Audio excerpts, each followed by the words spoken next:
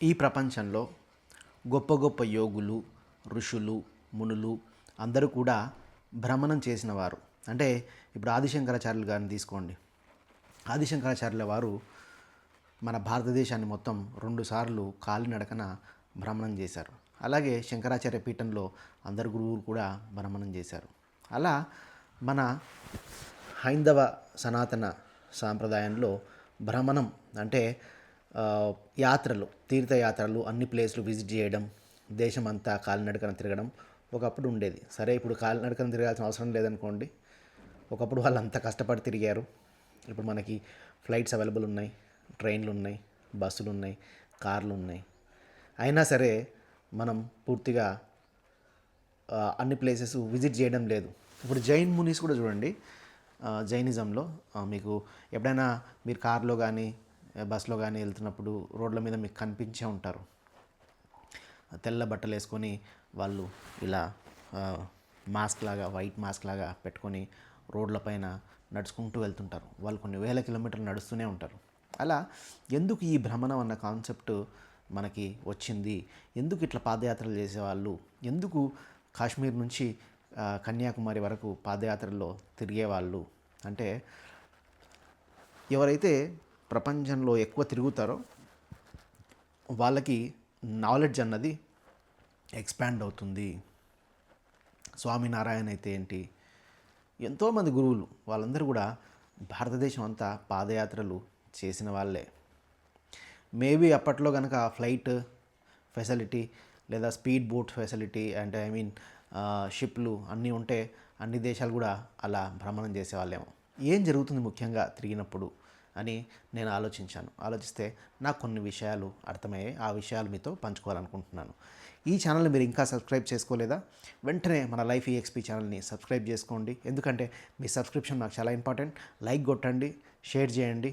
ఎక్కువ మందికి ఈ వీడియో రీచ్ అవుతుంది, అందరికీ ఎంతో ఉపయోగపడుతుంది అని మీకు అనిపిస్తే కనుక ఖచ్చితంగా లైక్ చేయండి, షేర్ చేయండి, కామెంట్ చేయండి. Thank you very much. ఇక విషయంలోకి వెళ్దాం.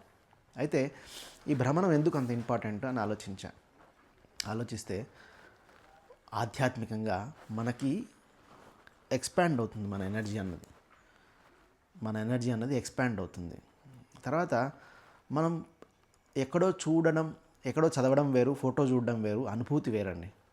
ఇప్పుడు ఎగ్జాంపుల్కి తాజ్మహల్ గురించి మనం వీడియో చూసాం, తాజ్మహల్ గురించి చదివాం, ఫోటో చూసాం. తాజ్మహల్ని ఒరిజినల్గా వెళ్ళి చూసినప్పుడు అక్కడున్న వైబ్, అక్కడున్న ఎనర్జీ అది మనకి యాడ్ అవుతుంది.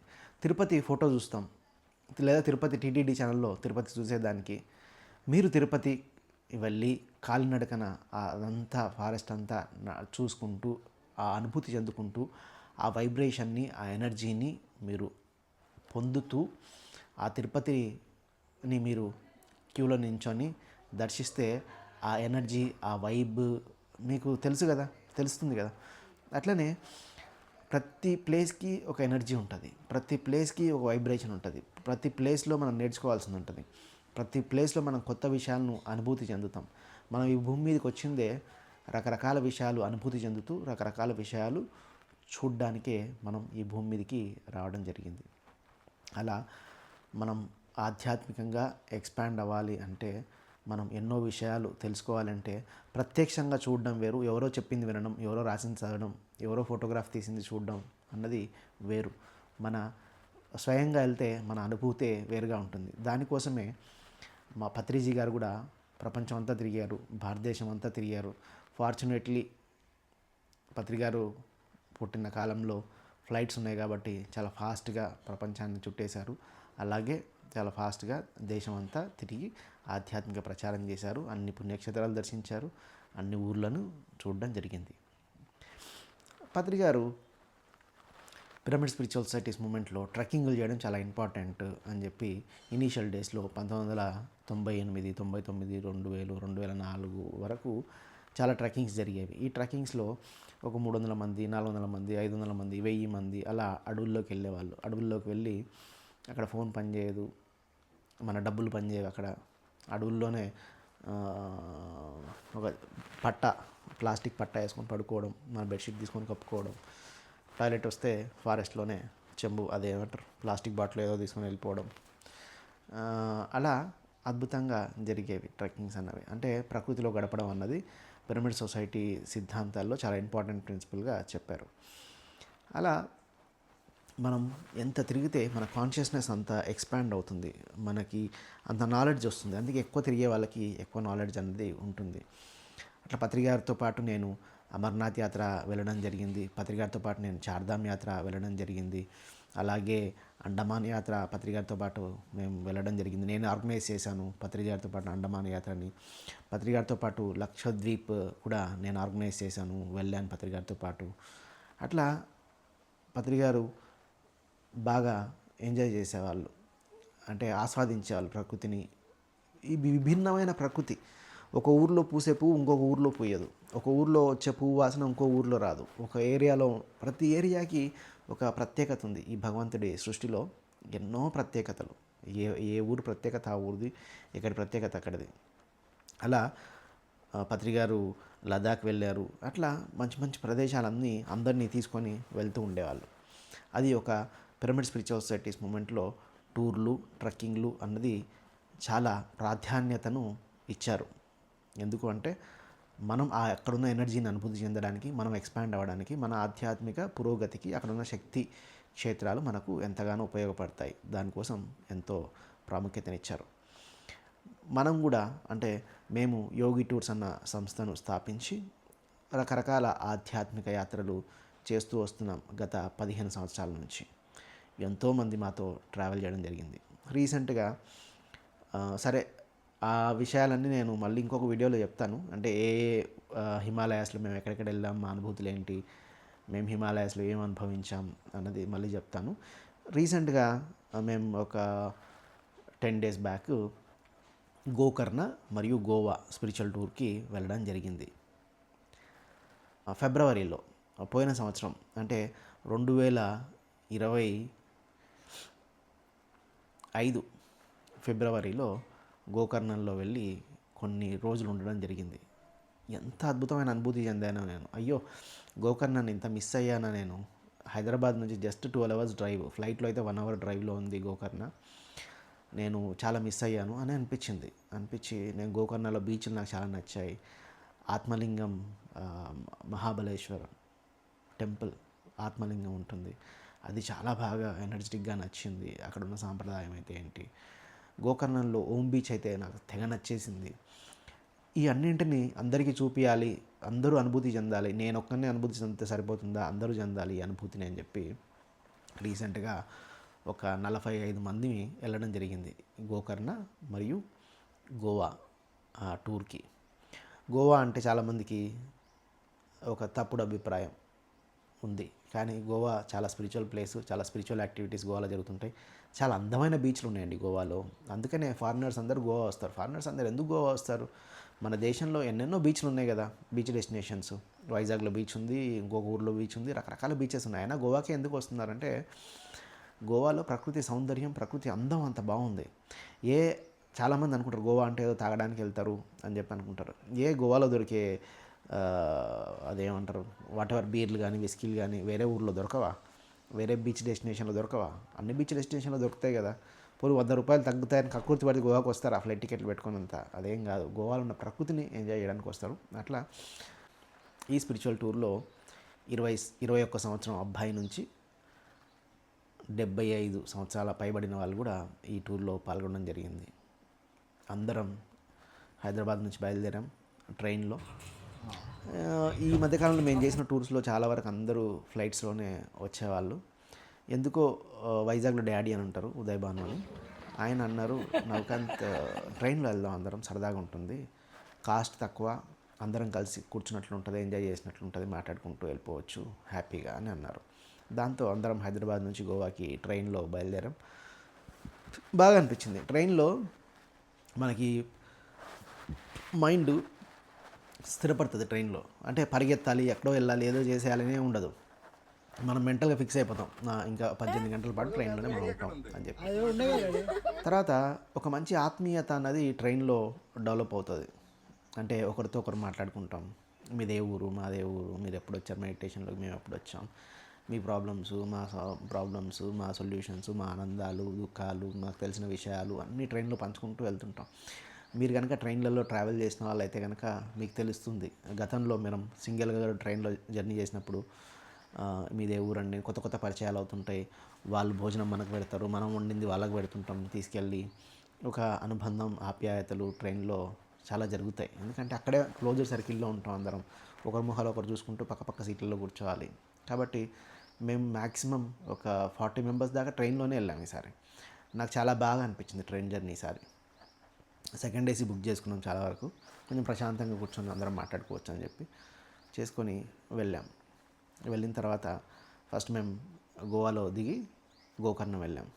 గోకర్ణంలో అందరూ ఎంత హ్యాపీగా చిన్న పిల్లల్లాగా ఎంజాయ్ చేశారంటే పెద్ద పెద్ద వాళ్ళందరూ చెప్పనలవి కాదు. అంటే చిన్నపిల్లలాగా కేరింతలు కొట్టారు, ఆ బీచ్లో గంతులు వేశారు, అలలు వస్తుంటే బాగా ఎంజాయ్ చేసాం గోకర్ణంలో. నాకు చాలా బాగా అనిపించింది. అంటే 60 ఏళ్ళు 50 ఏళ్ళ పైన వాళ్ళు కూడా చిన్నపిల్లలాగా ఎదుర్కొంటూ కేరింతలు కొట్టుకుంటూ ఉంటే ఆ వైబ్, ఆ ఎనర్జీ నాకు చాలా బాగా నచ్చింది. అబ్బా భలే ఎంజాయ్ చేస్తున్నారు అందరూ అనిపించింది. జీవితం ఉన్నది ఎప్పుడు సీరియస్గా ఉండడానిక? జీవితంలో ఆనందం ఉండాలి, జీవితాన్ని ఎంజాయ్ చేయాలి, ఎప్పుడు ఏడ్చుకుంటూ ఉండాలి, ఎంతూజియాజం ఉండాలి లైఫ్లో. అండ్ ఆడుకోవాలి. జీవితం అంటే ఒక ఆట, జీవితం అంటే ఒక పాట అని పత్రి గారు చెప్పడం జరిగింది. అలా గోకర్ణంలో బీచ్లో అందరం బాగా ఎంజాయ్ చేసాం. ఓమ్ బీచ్ ఎస్పెషల్లీ మార్నింగే వెళ్ళాం ఓమ్ బీచ్కి. ఎందుకంటే మార్నింగ్ వెళ్తే క్రౌడ్ ఉండదు పెద్దగా. కాబట్టి మనం మెడిటేషన్ చేసుకోవడానికి ప్రశాంతమైన ప్లేస్ ఉంది ఓమ్ బీచ్లో. ఒక కొండలాగా గుట్టలాగా ఉంటుంది, అక్కడ మెడిటేషన్ చేసుకోవచ్చు మనం. మార్నింగ్ ఓమ్ బీచ్కి వెళ్ళాం. ఒకరోజు ఎర్లీ మార్నింగ్ బయలుదేరి ఓమ్ బీచ్లో ఒక 3 hours స్పెండ్ చేసాం. ఆ 3 hours స్విమ్మింగ్ చేసాం. స్విమ్మింగ్కి అనుకూలంగా ఉంటుంది ఓమ్ బీచ్ అన్నది. ఎక్కువ డెప్త్ ఉండదు, ఎక్కువ అలలు కూడా రావు, ఎందుకంటే కొండల మధ్యలో ఉంటుంది కాబట్టి అలలు ఎక్కువ రావు. కాబట్టి స్విమ్మింగ్కి అనుకూలంగా ఉంటుంది. ఓమ్ బీచ్లో ఎంజాయ్ చేసాం బాగా. అందరూ మెడిటేషన్ చేసుకున్నారు, చాలా చక్కగా జరిగింది. అట్లనే మేము ఏదైతే రిసార్ట్ తీసుకున్నామో ఆ రిసార్ట్ని ఆనుకొని, అంటే జస్ట్ ఫస్ట్ ప్రాపర్టీ రిసార్ట్కి ఆనుకున్న బీచ్ని ఆనుకొని ఉన్న ఫస్ట్ ప్రాపర్టీ మన రిసార్ట్. ఆ రిసార్ట్లో రూమ్ తెరిస్తే చాలు బీచే. రిసార్ట్లో మనం డైనింగ్ హాల్ ఏదైతే ఉంటుందో అది బీచ్లోనే ఉంటుంది. డైనింగ్ హాల్ తినుకుంటూ సముద్రాన్ని ఎంజాయ్ చేసేవాళ్ళం.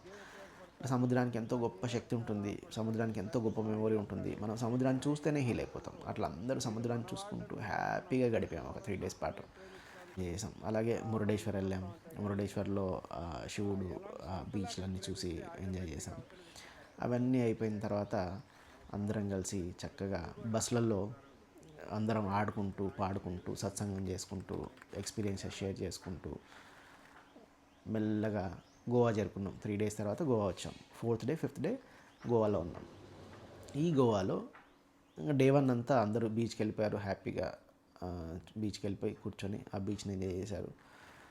అండ్ నెక్స్ట్ డే గోవాలో లోకల్ సైట్ సీయింగ్ చేసాం, లోకల్ ఉన్న ప్లేసెస్ అన్నీ చూసాం. దాని తర్వాత అందరికీ డ్యాన్స్ చేయాలని ఉంటుందండి, ఎవరికి ఉండదు డ్యాన్స్ చేయాలని. అది మూమెంట్లోనే ఒక ఆనందం ఉంటుంది, ఒక తృప్తి ఉంటుంది. అంటే డ్యాన్స్ అన్నది ఎక్స్ప్రెషన్ ఆఫ్ జాయ్. సూఫీజంలో డ్యాన్స్ ఉంది.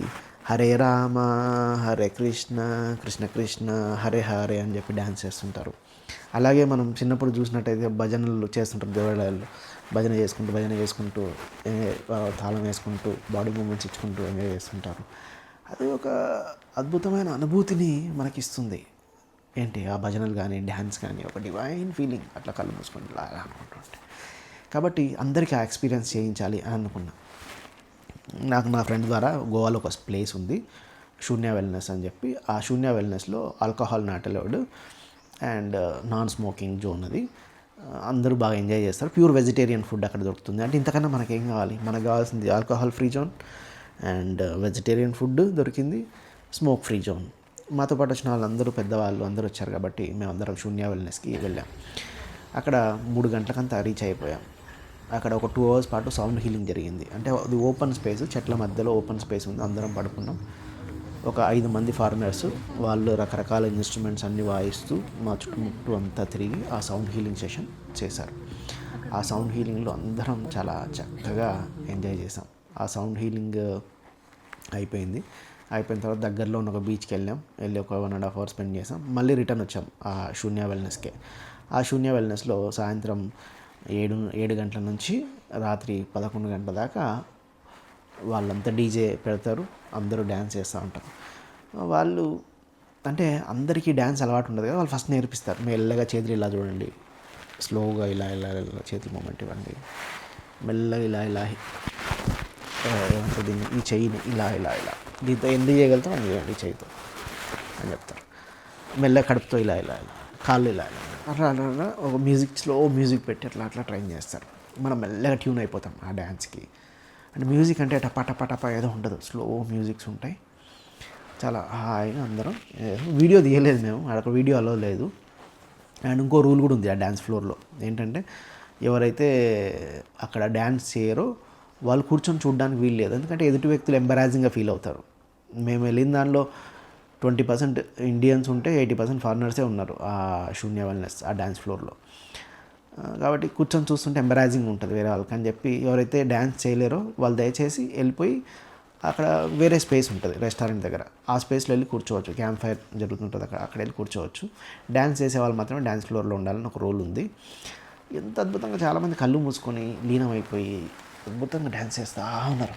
వాళ్ళ బాడీని వాళ్ళు ఫీల్ అవుతుంది డ్యాన్స్ చేస్తూ ఉన్నారు. చాలా బాగా అనిపించింది స్లో మ్యూజిక్. వాళ్ళు ఏం చేస్తారంటే ఒక 10 నిమిషాలు స్లో మ్యూజిక్ పెడతారు, ఒక 10 నిమిషాలు ఫాస్ట్ బీట్ పెడతారు. ఎగ అలసిపోతాం, అలసిపోయిన తర్వాత మళ్ళీ స్లో మ్యూజిక్. అందరూ చాలా బాగా ఎంజాయ్ చేశారు. జీవితంలో డ్యాన్స్ ఫస్ట్ టైం చేసిన వాళ్ళు మా గ్రూప్లో 45 మందిలో దాదాపు 25 మంది ఫస్ట్ టైం డ్యాన్స్ చేసింటారు లైఫ్లో. వాళ్ళు అట్లా ట్యూన్ చేశారు. డ్యాన్స్ అంటే ఏదో స్టెప్లు వేయాలి, ఏదో చిరంజీవి ఎగిరినట్టు ఎగరాలి, ఇంకోరు ఎగిరినట్టు ఎగరాలని కాకుండా అదొక రిథమిక్గా మ్యూజిక్కి తగ్గట్టుగా బాడీ మూమెంట్స్ అన్నట్టు డ్యాన్స్ అంటే. అట్లా అందరం శూన్య వెల్నెస్లో డ్యాన్స్ ఎంజాయ్ చేసాం. అట్లా గోవా ట్రిప్ అన్నది గోవా ట్రిప్ అందరం బాగా ఎంజాయ్ చేయడం జరిగింది. ఎన్నో మధురమైన అనుభూతులు. జీవితంలో డబ్బులు కాదండి సంపాదించాల్సింది, అనుభూతులు సంపాదించాలి. అంటే మెమొరీస్.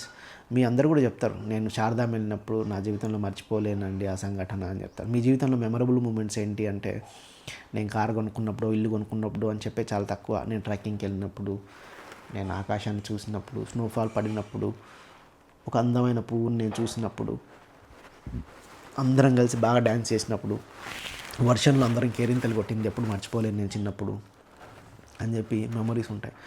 కాబట్టి అందరం డబ్బులు సంపాదించడంలోనే బిజీగా ఉన్నాం. కాబట్టి మెమొరీస్ని సంపాదించండి. మీరు ఇట్లా అనుకున్నారు, వీళ్ళకి ఏదో ట్రావెల్ కంపెనీ ఉంది కాబట్టి ఆ ప్రమోషన్ కోసం ఇట్లాంటివన్నీ మాట్లాడుతున్నానేమో అని. నేను నా దానికి వచ్చి మాతో పాటే ట్రావెల్ చేయాలి అని నేను చెప్పను. మీరు ఇండివిజువల్గా వెళ్ళండి, మీ ఫ్యామిలీతో వెళ్ళండి, నలుగురు కలిసి ఏదో ట్రావెల్ కంపెనీతో వెళ్ళండి. ఐఆర్సిటీసీ ఉంది, మాది యోగి టూర్స్ ఉంది, నాగేంద్ర గారు చేస్తున్నారు ఇన్నర్ అడ్వెంచర్స్ అని చెప్పి, సతీష్ గారు చేస్తున్నారు ఒక ట్రావెల్ కంపెనీ, స్పిరిచువల్ ట్రావెల్ చేస్తున్నారు, సాయి కుమార్ రెడ్డి గారు చేసేవాళ్ళు. అట్లా వంశీ గారితో పాటు భీమినేని వంశీకరణ్ గారు, ప్రసాద్ గారు వాళ్ళు టూర్స్ ఆర్గనైజ్ చేస్తుంటారు. ఇట్లా పిరమిడ్ సొసైటీలో చాలామంది ఉన్నారు టూర్లో, స్పిరిచువల్ టూర్స్ ఆర్గనైజ్ చేసేవాళ్ళు. లేదు మీరు పిరమిడ్ సొసైటీతో వెళ్ళలేరు, స్పిరిచువల్ పీపుల్ అయితే బాగుంటుంది, మీరు ఇండివిజువల్గా వెళ్ళండి. డబ్బులు లేవు మన దగ్గర, బ్యాక్ ప్యాకింగ్ చేయండి. బ్యాక్ ప్యాకింగ్ చేసి జనరల్ స్లీపర్ క్లాస్లో వెళ్ళొచ్చు హ్యాపీగా. తక్కువ డబ్బులతో కూడా ట్రావెల్ చేయొచ్చు. ట్రావెల్ అంటే అదేదో ఎక్స్పెన్సివ్ ఎఫ్ఐఆర్ అని అందరూ అనుకుంటుంటారు. నేను కూడా తక్కువ డబ్బులతో ట్రావెల్ చేస్తా, స్లీపర్ క్లాస్లో వెళ్తా. మనకి హాస్టల్స్ ఉంటాయి బయట, వేరే గోకర్ణలో కానీ గోవాలో కానీ 300 రూపాయలు 400 రూపాయలకు పర్ డే హాస్టల్ ఉంటుంది. అక్కడ 100 రూపీస్కి కూడా భోజనం దొరుకుతుంది, 50 రూపీస్కి భోజనం దొరుకుతుంది. గోకర్ణ అన్నదానంకి వెళ్ళి అన్నం తినొచ్చు. ఇది డబ్బులకి సంబంధం లేదండి. చాలామంది డబ్బులతో ముడి పెడతారు ట్రావెల్ని. తక్కువ డబ్బులతో కూడా ట్రావెల్ చేయొచ్చు. ఇప్పుడు ఎగ్జాంపుల్ హైదరాబాద్ టు మీరు గోకర్ణ వెళ్ళాలనుకోండి, స్లీపర్ ట్రైన్లో వెళ్ళండి. ఒక 700 రూపాయలు ఉంటుందేమో టికెట్, మేబీ వచ్చిపోయేదానికి ఒక 1500 అవుతుందేమో. అక్కడికి వెళ్ళిన తర్వాత లోకల్ బస్లో ట్రావెల్ చేయండి, తక్కువ డబ్బులతో అయిపోతుంది. 5-6 మంది ఫ్రెండ్స్ కలిసి వెళ్ళండి, తక్కువ బడ్జెట్లో ప్లాన్ చేసుకోండి. ఆడికి వెళ్ళిన తర్వాత మామూలుగా ఒక రూమ్ 1500 దొరుకుతుంది. 4-5 మంది కలిసి ఆ 1500 రూమ్లో ఉండండి. లేదు మీరు ఒంటరిగా వెళ్తే హాస్టల్స్ ఉన్నాయి. హాస్టల్స్లో 300 రూపీస్ 400 రూపీస్కి హాస్టల్లో మీకు ఒక బెడ్ దొరుకుతుంది, ఒక కమ్యూనిటీ లాగా ఉంటుంది. చాలా ఊర్లో అన్నదానాలు జరుగుతుంటాయి ఫ్రీగా. డబ్బులు లేకపోతే అన్నదానాలు వెళ్ళి తినండి. ఎంతోమంది ఫారినర్స్ ఇండియాకి వచ్చి చాలా చక్కగా ఎంజాయ్ చేస్తుంటారు అన్ని ప్లేసెస్ని తిరిగి. మనం ఎందుకు చేయము అంటే మనకేదో మైండ్లో పెట్టుకుంటాం, డబ్బులు అయిపోతాయి అని పెట్టుకుంటాం. కాబట్టి అనుభూతుల కోసం కూడా డబ్బులు ఖర్చు పెట్టాలి. డబ్బులు ఉన్న వాళ్ళు ఉంటే కంఫర్టబుల్గా వెళ్ళండి. డబ్బులు లేని వాళ్ళు, డబ్బులు తక్కువ ఉన్న వాళ్ళు ఉంటే కనుక అలా సింగిల్గా ప్లాన్ చేసుకోండి. నలుగురు ఫ్రెండ్స్ కలిసి కార్లో వెళ్ళండి, కార్ పూలింగ్ చేయండి, అందరు కలిసి పెట్రోల్ కొట్టించుకోండి. ఇప్పుడు ఎగ్జాంపుల్ ఏదైనా మీరు వైజాగ్ వెళ్ళాలనుకోండి, ఇక్కడ నుంచి కార్లో 4,000 పెట్రోల్ అవుతుంది అనుకో, తలా 1,000 రూపాయలు పెట్రోల్కి వేసుకోండి. వచ్చిపోయేదానికి ఒక 10,000 అవుతుంది ఇంకో పెట్రోల్కి. అందరు కలిపి షేర్ చేసుకోండి. అలా చేసినట్టయితే మనకు తక్కువ డబ్బులతో వెళ్ళి రావచ్చు. అలా ప్రతి ఒక్కరు లైఫ్లో ట్రావెల్ చేయాలండి. ట్రావెల్ చేస్తే ఎన్నో అనుభూతులు మిగులుతాయి, ఎంతో అద్భుతంగా మనం నేర్చుకుంటాం, ఎన్నో గొప్ప గొప్పగా మనకి ఉంటుంది. అలా గొప్ప గొప్ప ఎక్స్పీరియన్సెస్ మనకి ట్రావెలింగ్లోనే వస్తాయి, గొప్ప గొప్ప ఆలోచనలు వస్తాయి, మనకు కొత్త ఐడియాలజీ పుడుతుంది, మనం ఓపెన్ అప్ అవుతాం ట్రావెల్లో. కాబట్టి ట్రావెల్ అనేది చాలా చాలా ఇంపార్టెంట్ ఈ స్పిరిచువల్గా మనం ఎదగడానికి, మన మనసు ఎక్స్పాండ్ అవ్వడానికి. అలాగే గోవాలో చాలా బాగా జరిగింది, సక్సెస్ అయింది, ఎంజాయ్ చేశారు కదా. చాలామందికి ఆరోవెల్ అని ఉంటుంది, ఆరోవెల్ వెళ్ళాలని చాలామంది అడిగారు. దానికోసం మేము ఫిబ్రవరి 28న బయలుదేరుతున్నాం హైదరాబాద్ నుంచి. మార్చ్ 1, 2, 3, 4 రోజులు ఆరోవెల్ ఒక స్పిరిచువల్ టూర్ని ఆర్గనైజ్ చేస్తున్నాం. ఓన్లీ 25 మందికి మాత్రమే ఈ టూర్ ప్లాన్ చేసాం. ఎందుకంటే ఆరోవెల్లో జనవరి, ఫిబ్రవరి, మార్చ్ ఫుల్ పీక్ సీజన్, అంటే రూమ్స్ దొరకట్లేదు.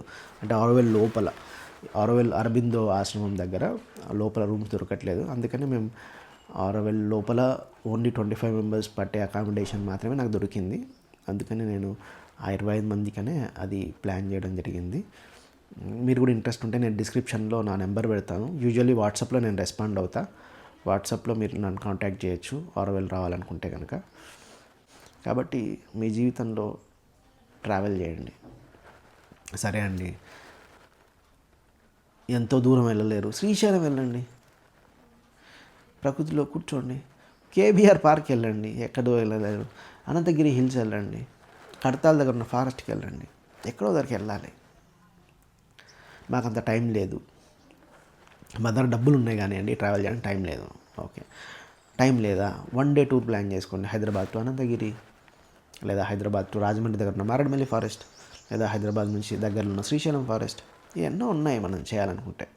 మనకి డబ్బులు సంపాదించడం మీద దృష్టి ఉంటుంది తప్ప ట్రావెల్ చేయాలన్న మనకు ఆలోచన ఉండదు. కాబట్టి ఒకసారి ట్రావెల్ చేస్తే ఆ కిక్ మీరే తెలుసుకుంటారు, ఆ అనుభూతి మీకే అర్థమవుతుంది.